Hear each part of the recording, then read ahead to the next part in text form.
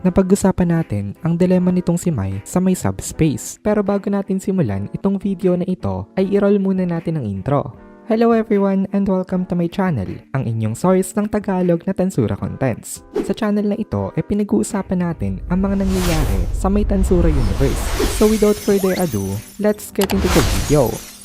Nag-upload na nga pala guys ang Kohay PH ng Tagalog na solo leveling. Kaya kung gusto mo makapanood ng Tagalog solo leveling contents, bisitahin nyo ang Kohay PH. Link in the description. Kung meron lang daw sana siyang more powerful energy na katulad ng isang true dragon, possible sana na makapag-leap through time and space siya. Pero unfortunately, imposible nga ito para kay Mai Furuki. Talagang ganun lang daw kasi. In addition, hindi ma-decipher ni Mai ang information ng current location niya. Siguro daw, kasi dahil nga ito sa sobrang bilis ng pag-jump niya. Kaya kahit makatakas siya kay Vega, hopeless pa rin talaga na makauwi nga siya sa may Cardinal World o kung saan man talaga niya gusto mapunta. And explain ito nitong si Mai kay Vega dahil sa totoo lang daw, wala naman daw dapat talagang itago. Of course, hindi ito naintindihan nitong si Vega. Nagtaka si Vega kung ano daw ang ibig sabihin nito. Sinabi ni Mai na without her cooperation, hindi nga magagamit nitong si Vega ang powers na teleportation. Ang intention nitong si Mai ang madelay ang decision nitong si Vega at nag-succeed naman siya. However, alam na nitong si Mai na temporary nga lang ito. Troubled si Vega sa sinabi nitong si Mai Furuki dahil hindi niya nga ito ma-deny. Kasi in the first place, hindi pa master nitong si Vega ang ultimate skill na Evil Dragon King na Azidahaka. Gaya ng sabi ni Mai, kahit na agawin ng power na ito, waste of resources lang daw yon. Kung hindi naman daw ito kayang gamitin nitong si Vega. At this time, na-realize nitong si Vega na nasa kanya na nga ang Azidahaka pero wala na siya magawa. Sa isip ni Vega, hindi niya daw kaya na mag-handle ng mga complicated na powers. Ayaw niyang minamaliit siya nitong si Mai Furuki pero meaningless din kung papatayin niya ito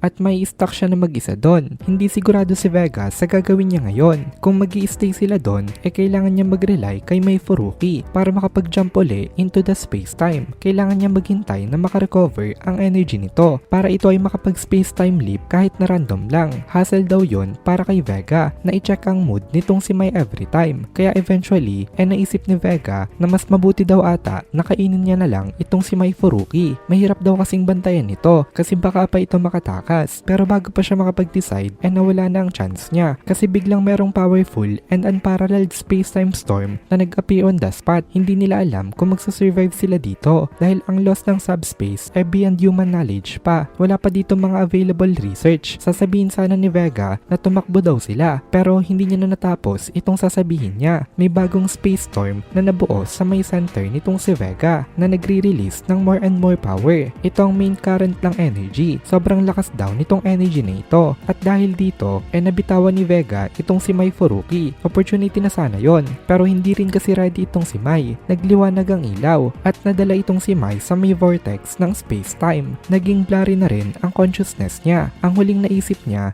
sorry daw kay Yuki Kagorazaka dahil sinabihan daw siya nito dati na wag nga siyang susuko. Pero ngayon, hindi niya nakaya. Nag-let go na itong si Mai ng consciousness niya at nag-drift away na siya slowly. Ngayon, nakalipas na ang storm at natira dito itong patiently surviving na walang iba kung hindi itong si Vega. Tumawa lang ito na may kayabangan. Sabi niya, wala lang daw pala yon. Hindi naman daw pala ganun kalakas. Talagang ganito itong si Vega. Madali siya makalimot ng mga pangyayari. Kaya paulit-ulit niyang ginagawa ang same mistakes without any remorse. Nangihinayang siya na nawala itong si Mai at naiisip niya na patay na ito ngayon matapos itong matamaan ng powerful rush nitong energy. Pero nangihinayang siya kasi hindi niya daw nakuha itong power nga nito. Though wala naman talaga siyang pakialam kung namatay nga ito kanina. Iniisip ni Vega na talagang maswerte daw siya dahil nag-survive pa nga rin siya this time. Akala niya proof yun na talagang maswerte pa din siya. Pero mali dito itong si Vega kasi after all, ang swerte ni Vega matagal na palang naubos. Hindi laging Pasko. Ang fact na nabitawan niya si Mai unshakable proof nun. Napunta siya sa isang lugar na walang nakakaalam. Walang kahit na ano doon. Walang dagat, walang langit, walang heaven or earth, walang top or bottom. Finally, na-realize nitong si Vega ang current position niya. Sa lugar na yon, kahit stars wala siyang makita. Walang light, walang kahit na anong color. Literally nothing existed. Isa talaga itong complete nothingness. Na-realize ni Vega na hindi ito maganda dahil wala ngang kahit na ano. Walang indicator. Kahit nasubukan yung gumalaw, hindi niya alam kung umaabante o umaatras ba siya. Walang magicule sa may paligid. Walang sign na may tinatamaan siya kahit na nag-i-spread siya ng kanya magicule na galing nga sa kanya. Siguro daw pati time itself hindi na dumadaloy dito. Suddenly nakaramdam ng takot itong si Vega sa puso niya. Na-realize niya na completely alone siya ngayon. Walang magawa at walang pwedeng gawin. Naging galit ang takot niya. Nagmura siya at tinanong kung ano nangyayari. Kung may mga tao daw ba doon. Nagtatahol itong si Vega sa may empty void. Sumigaw siya, giving all his strength. Pero walang sumasagot kasi wala ngang tao dito. Hindi na siya makapagyabang. At kahit na alam niyang wala ngang point, sinubukan niya pa rin na magsisigaw nga. Sumigaw siya na wag daw nila siyang maliitin. Kasi siya daw ang Immortal Vega. Ang strongest at immortal sa lahat ng mga existence. After sumigaw, biglang nakaramdam ng emptiness itong si Vega. Natakot uli siya. Dito niya na-realize na oo nga pala, immortal na nga pala siya. Naalala niya yon. Sinubukan niya gumawa ng malaking explosion sa kanyang sarili para i-release ang lahat ng kanyang energy. Pero walang nagbago. Nag-successfully resurrect lang itong si Vega. And in time, bumalik lang sa normal ang lahat. Nasa kanya kasi ngayon ang inexhaustible energy na galing sa pagkain niya sa katawan ng insect lord na si Zilenius. So no matter how much energy ang i-release niya dito, bumabalik lang ito sa kanya. Talagang hindi ito nauubos. Ang power na matagal niya nang ginusto naging isang malaking disadvantage na ngayon para kay Vega. Kasi nga, immortal ang body niya at never na nauubos ang energy. Ang ibig sabihin nun, hindi niya kayang patayin ang kanyang sarili. Kahit na gustuhin niya pa, walang nakakarinig sa may boses niya at sa kanyang paghingi ng tulong. At naging sobrang lungkot dito sa lonely at empty place na yon na hindi man lang pwede mag-let go ng sarili mo, kinagat ni Vega ang sarili niyang stupidity, alone and lonely for all eternity. At dito na muna natin tatapusin itong video na ito. Kung nagugustuhan mo itong mga videos natin, ay please consider joining the membership para mapanood mo na agad ang mga kasunod na part